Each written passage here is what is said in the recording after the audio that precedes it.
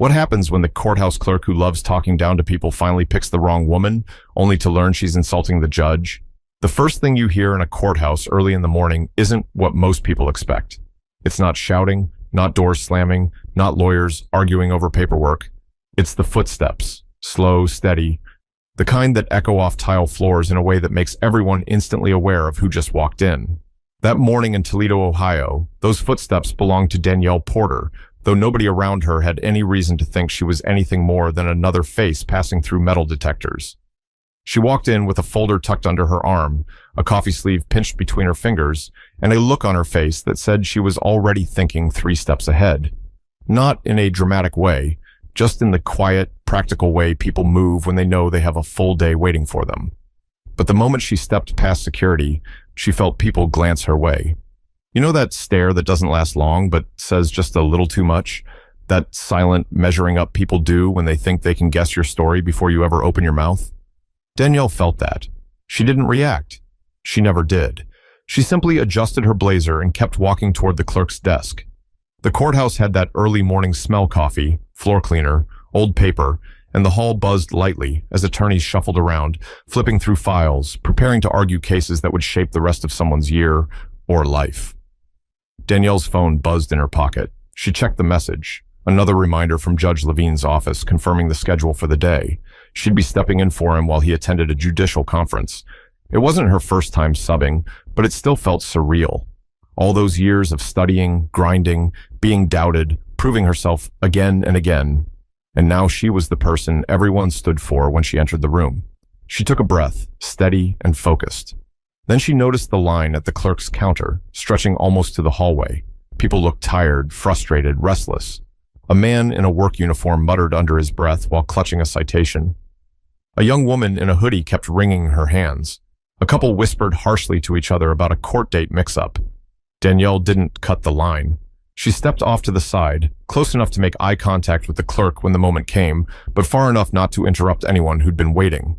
She offered a polite smile. The clerk, an older woman with silver-streaked hair pulled into a tight twist, never returned it. Instead, she glanced up with a face that carried sharp lines, not just from age, but from years of judging people before they even spoke. Her nameplate read, Marilyn Keaton, Senior Court Clerk. Danielle cleared her throat softly. Ms. Keaton, good morning, I just need... Marilyn lifted one eyebrow in a slow arc, the way someone does when they've already decided you're an inconvenience. You need what? She asked, stretching the word as if it were heavy. Danielle kept her voice polite, steady. I need to access the chamber's hallway. I'm filling in for Judge Levine today. Marilyn let out a small, dry laugh. Not loud, but loud enough for the people next to the counter to look. A couple of them exchanged glances. One smirked. You're filling in for the judge? Marilyn repeated. Right, sure you are. Danielle waited.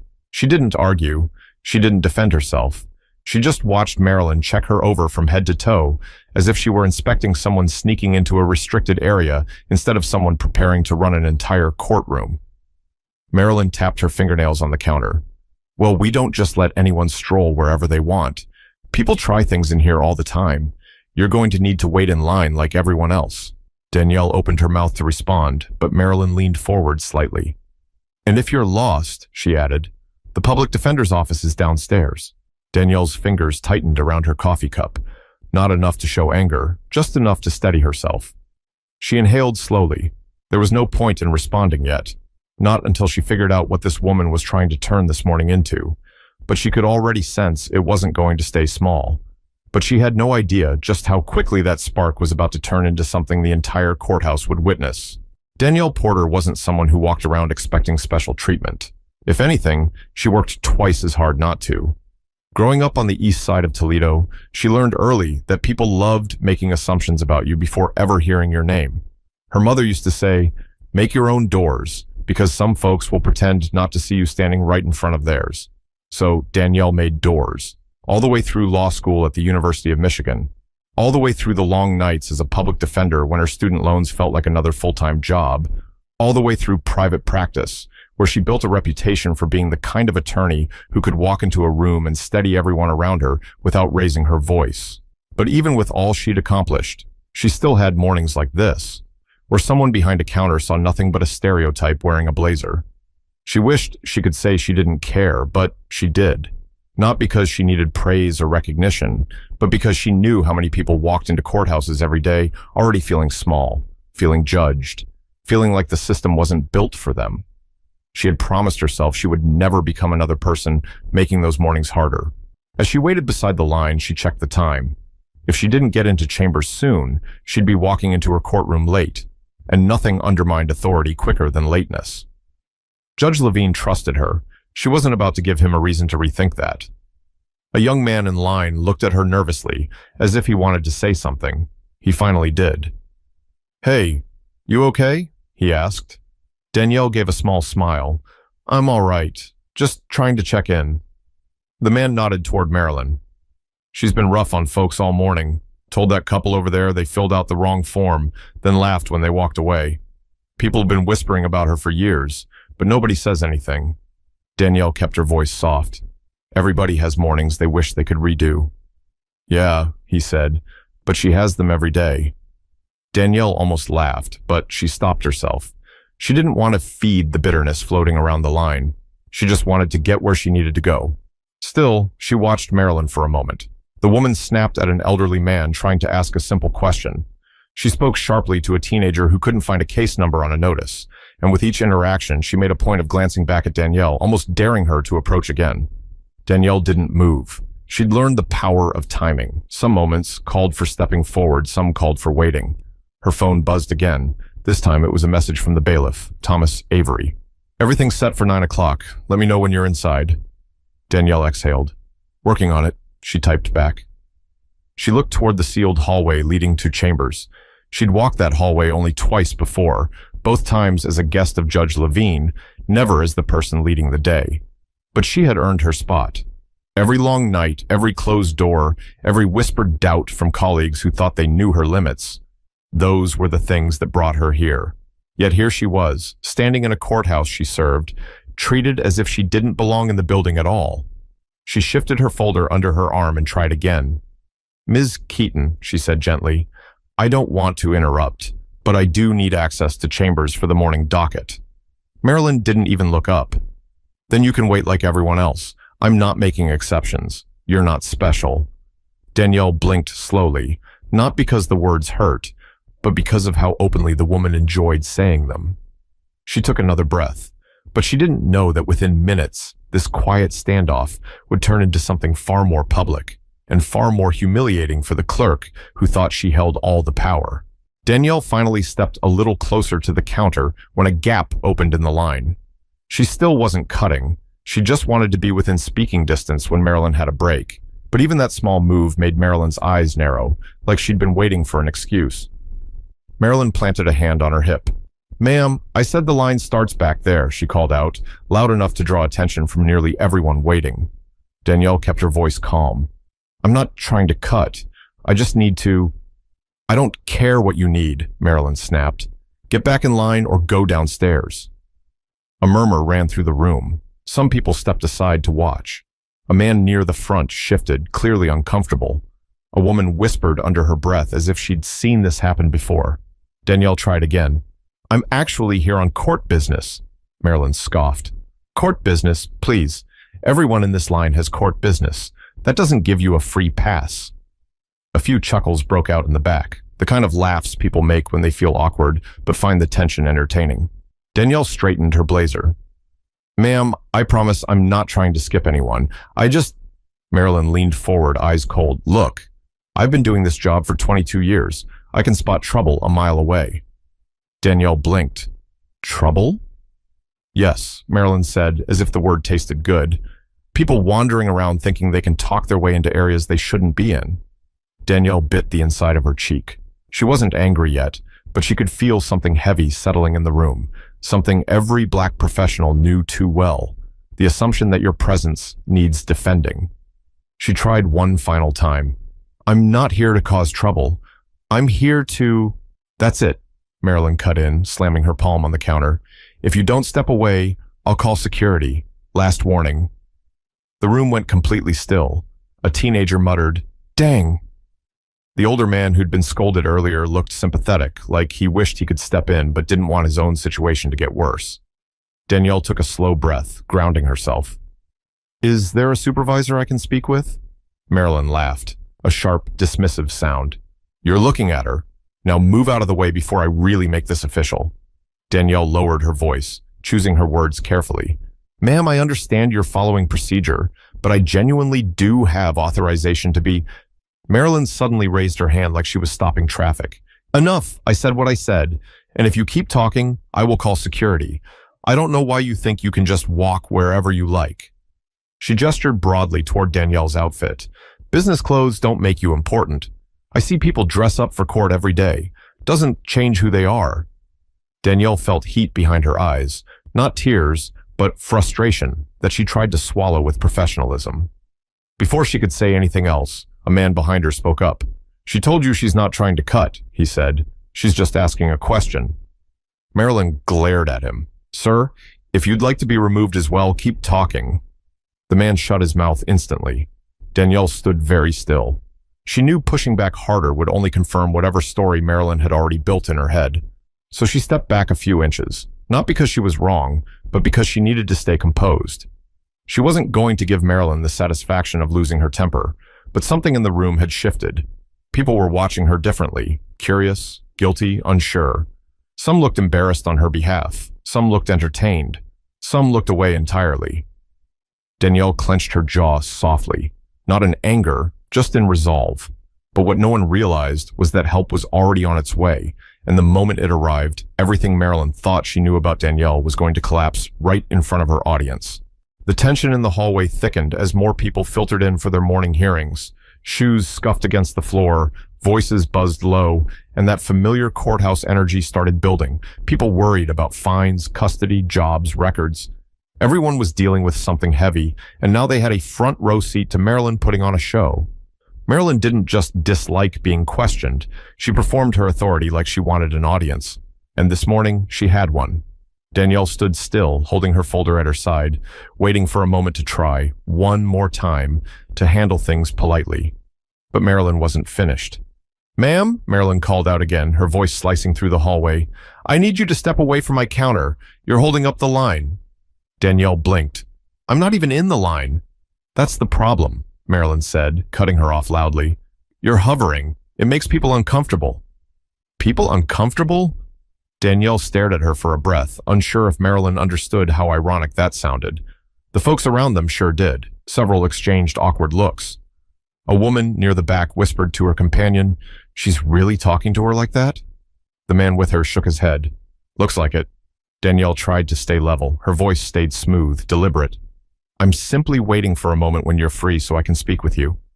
Well, you're not going to, Marilyn snapped, because I already told you. You go downstairs. End of story. Danielle took a breath. Ma'am, I'm filling in for... Marilyn held up a finger and waved it dismissively. Stop. Stop right there.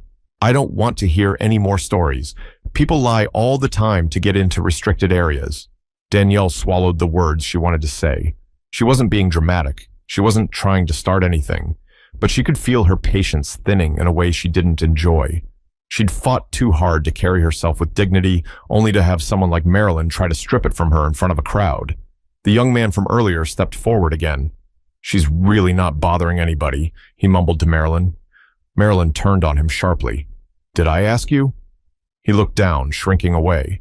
A security guard standing by the entrance caught the exchange. He didn't intervene, but he watched closely now, sensing something wasn't right. Danielle tried again. Ms. Keaton, may I please? No, Marilyn barked. And if you keep talking, I'm calling security right now. Don't test me. Danielle felt her pulse pick up, not from fear, but from the absolute absurdity of the moment. She wasn't raising her voice. She wasn't being rude. She wasn't even asking for anything unusual. All she wanted was access to the hallway where she was supposed to work, but Marilyn wanted control, and she wanted to make an example. Ma'am, Marilyn continued, the defendants check in downstairs. That's where you belong. A gasp slipped from the older man in line. Danielle's eyes lifted slowly, settling on Marilyn. So that's what this is? She asked quietly. What is? Marilyn shot back. You've decided what category I fall under. Marilyn crossed her arms. I don't need to explain myself to you. Danielle nodded once, the slightest motion. Understood. That was the moment, right there. Even the people who'd been trying not to stare couldn't pretend anymore. There's something about watching someone stay calm while another person keeps pushing that makes the whole room feel the tension differently. The security guard took a step closer, unsure whether he needed to step in or just be ready. Marilyn shook her head with a smirk. Honestly, I don't know why you're still standing here. You've been told the same thing 3 times. Go downstairs, or I'll have security escort you myself. Danielle's grip tightened on her folder. She didn't step forward. She didn't back away. She simply waited. Because she knew something Marilyn didn't. She wasn't the one about to be embarrassed. But neither of them realized that the hallway outside Chambers was about to open, and the person walking toward them would shift everything in the blink of an eye. Just as Marilyn opened her mouth to deliver another one of her sharp remarks, a door at the far end of the hallway clicked open. The sound cut cleanly through the tension. Everyone, Danielle, the waiting crowd, even the security guard, turned toward it. Out stepped bailiff Thomas Avery, dressed in full uniform, radio clipped to his shoulder, files tucked under his arm.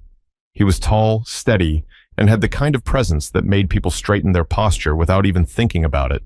Officers who knew their job inside and out didn't need to command a room with volume. Thomas was exactly that type. He scanned the hallway, eyes moving quickly over the crowd, before finally landing on Danielle. His entire face shifted. There you are, he said, heading straight toward her. I was starting to wonder if you'd gotten stuck. A few people blinked. One woman whispered, He knows her? Danielle gave a small, polite smile. Trying to get through, ran into a bit of a delay. Thomas looked from her to the counter. What kind of delay? Before Danielle could speak, Marilyn cut in sharply. She's causing a disruption, Marilyn said, pressing her palms against the counter as if bracing herself. I already told her to go downstairs. She won't listen. Thomas stared at Marilyn like he needed a moment to process what she'd just said. Then he let out a slow exhale. Downstairs? For what reason? For check-in, Marilyn said confidently, as if daring him to challenge her. Where she belongs. The young man in line muttered something under his breath, shaking his head. Thomas turned back to Danielle, his tone shifting immediately into something respectful. Judge Porter, I apologize for the inconvenience. Chambers is prepped, and the docket is waiting whenever you're ready. Silence.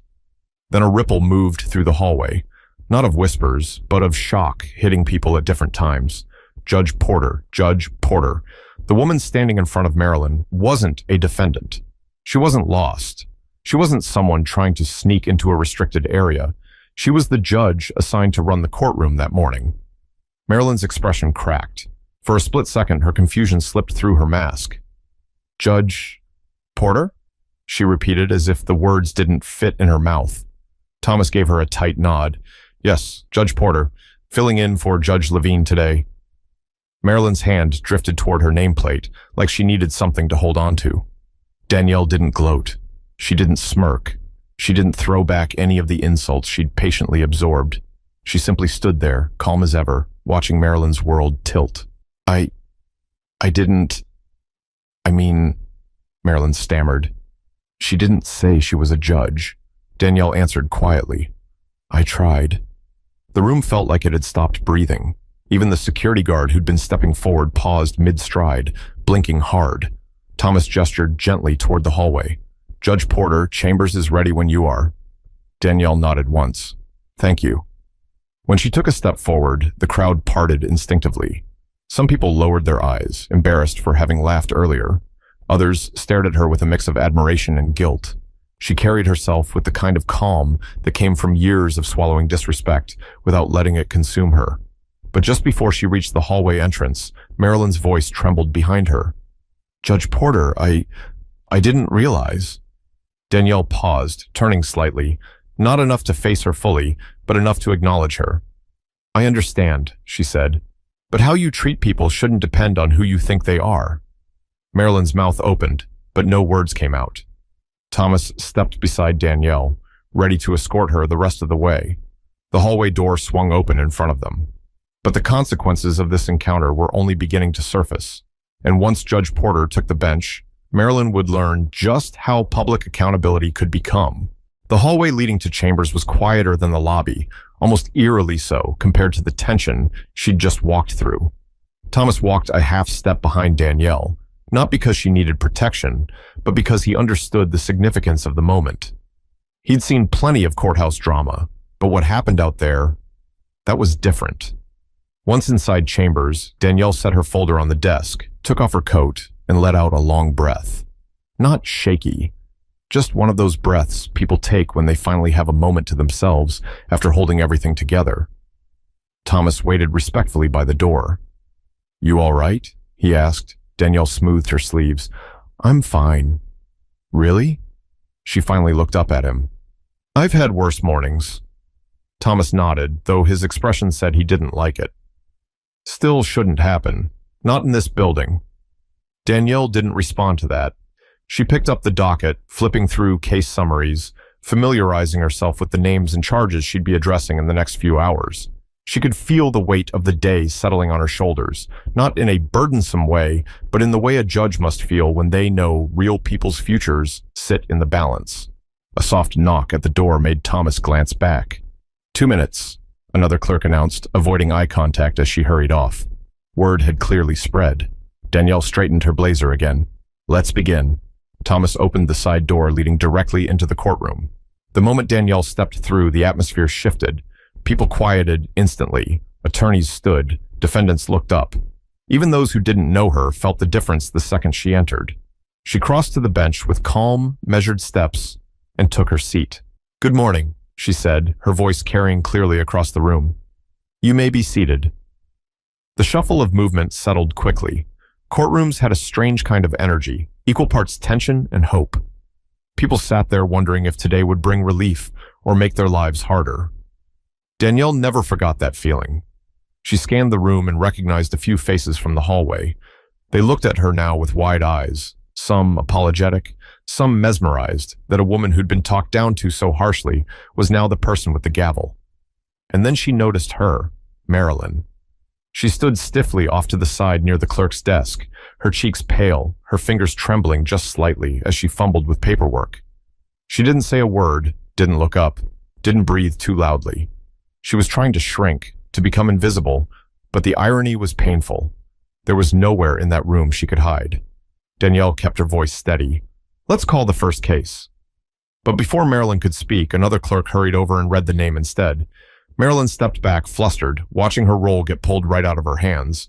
The courtroom flowed through its first few cases. Danielle was firm, but fair, thoughtful, but efficient. It was obvious to anyone paying attention that she was exactly where she belonged. At one point, the young man from the hallway entered with his attorney. He caught sight of Danielle behind the bench and blinked hard as if this morning's events were replaying in his head. She nodded at him once before turning her attention back to the case file. Then it happened. A moment she hadn't planned for. The prosecutor asked for a particular form from the clerk's desk. The assistant clerk whispered something to Marilyn, who didn't respond. She simply kept staring at the desk, as if the papers might magically organize themselves. Danielle watched the struggle quietly before speaking. "Ms. Keaton," she said. Marilyn jolted, her eyes snapping up, trapped, cornered, exposed. "Yes, Your Honor?" "I believe the prosecutor is waiting." A few heads turned. A couple of people in the gallery shifted in their seats. It wasn't loud. It wasn't dramatic. But it was enough to make every person in that room recognize what was unfolding. Marilyn scrambled through the stack, nearly dropping the forms in the process. Her hands shook so badly, she had to press them lightly against the desk to steady herself. Danielle didn't smile. She didn't enjoy watching her unravel, but she wasn't going to pretend nothing had happened either. "Take your time," Danielle said, not unkindly. "Accuracy matters." The room stayed frozen in an uncomfortable silence. And when the moment passed, court resumed. But everyone felt the shift, including Marilyn, who finally understood just how deeply she'd misjudged the woman now overseeing her entire workday. But the real reckoning wasn't happening in front of the public. It was brewing beneath the surface, waiting for a moment when the courtroom emptied and the doors finally closed. By the time the morning docket wrapped up, the tension in the room had thinned, but it hadn't disappeared. People filed out quietly, whispering to one another, replaying what they'd witnessed. A few lingered deliberately, the way people do when they know something important is about to happen. The second the last case was adjourned, Danielle set her pen down and looked toward the clerk's desk. Marilyn was gathering papers with stiff, jerky motions, her eyes locked on a single spot in front of her. She didn't look up. Not once. Thomas waited by the bench, reading the room with the same calm intuition he always carried. He didn't say a word. He didn't have to. Danielle stood, smoothing out the front of her blazer. "Let's take a brief recess," she said. Thomas opened the side door, and Danielle stepped into chambers. The door shut quietly behind her, leaving Marilyn alone in the echoing room. But silence has a way of forcing people to face the things they'd rather ignore. A few minutes passed before Thomas poked his head back out. "Miss Keaton," he said, his tone neutral, "the judge would like to speak with you." Marilyn hesitated. Her hand hovered above the stack of papers before she finally set them down. She swallowed hard and followed him, her steps slow and uneven. Inside chambers, Danielle stood near the window, looking out at the parking lot below. She didn't turn around until the door clicked shut. "Please, have a seat." Marilyn sat, spine stiff, hands in her lap. She looked smaller than she had an hour ago, like all the power she'd wielded at the counter had evaporated in seconds. Danielle walked over calmly, stopping a few feet away. "I'm not here to embarrass you," she began, "but we need to talk about what happened this morning." Marilyn's lips parted, but no sound came out. "You refused to let me into chambers," Danielle continued. "You raised your voice. You threatened to involve security, and when I tried to explain why I was here, you dismissed me." Marilyn stared at the floor. I didn't know who you were." Danielle held her gaze steady. "That's the issue." Marilyn's throat tightened. "I wasn't trying to be disrespectful. I was following protocol." Danielle folded her arms gently, not defensively, just firmly. "Protocol doesn't involve humiliation. It doesn't involve assuming people don't belong. And it doesn't involve treating certain individuals as if they're automatically a problem." Marilyn's eyes flashed with something, shame maybe, or realization. "I didn't mean anything by it." "I believe you didn't think you meant anything by it," Danielle replied softly. "But the impact is the same. You treated me the way you treated that elderly man, that teenager, that young couple. It wasn't just me." Marilyn blinked, startled. "You noticed that?" "I notice everything in this building," Danielle said. "And I know the difference between someone having a tough morning and someone using their position to belittle people." Silence settled again. Marilyn's voice came out tight and uneven. "People lie to me all the time. They argue. They get angry. I have to stay firm." "Firm isn't the same as cruel." The words landed gently but firmly enough to break something inside Marilyn's composure. Her eyes glistened, not in a theatrical way, but in the way someone's face looks when their defenses finally collapse. "I'm sorry," she whispered. "I really am. I guess I got used to seeing people a certain way." Danielle let out a slow breath. She wasn't angry anymore, just tired. Not at Marilyn, but at the reality that these moments kept happening. "You have one of the most important jobs in this courthouse," Danielle said. "You're the first face people see. You set the tone. Some folks walk through those doors terrified, some ashamed, some confused. You decide whether they feel seen or dismissed." Marilyn nodded, wiping her cheek quickly. "I understand." "I hope you do," Danielle replied.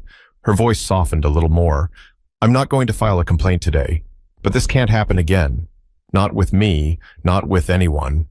Marilyn swallowed hard. "It won't."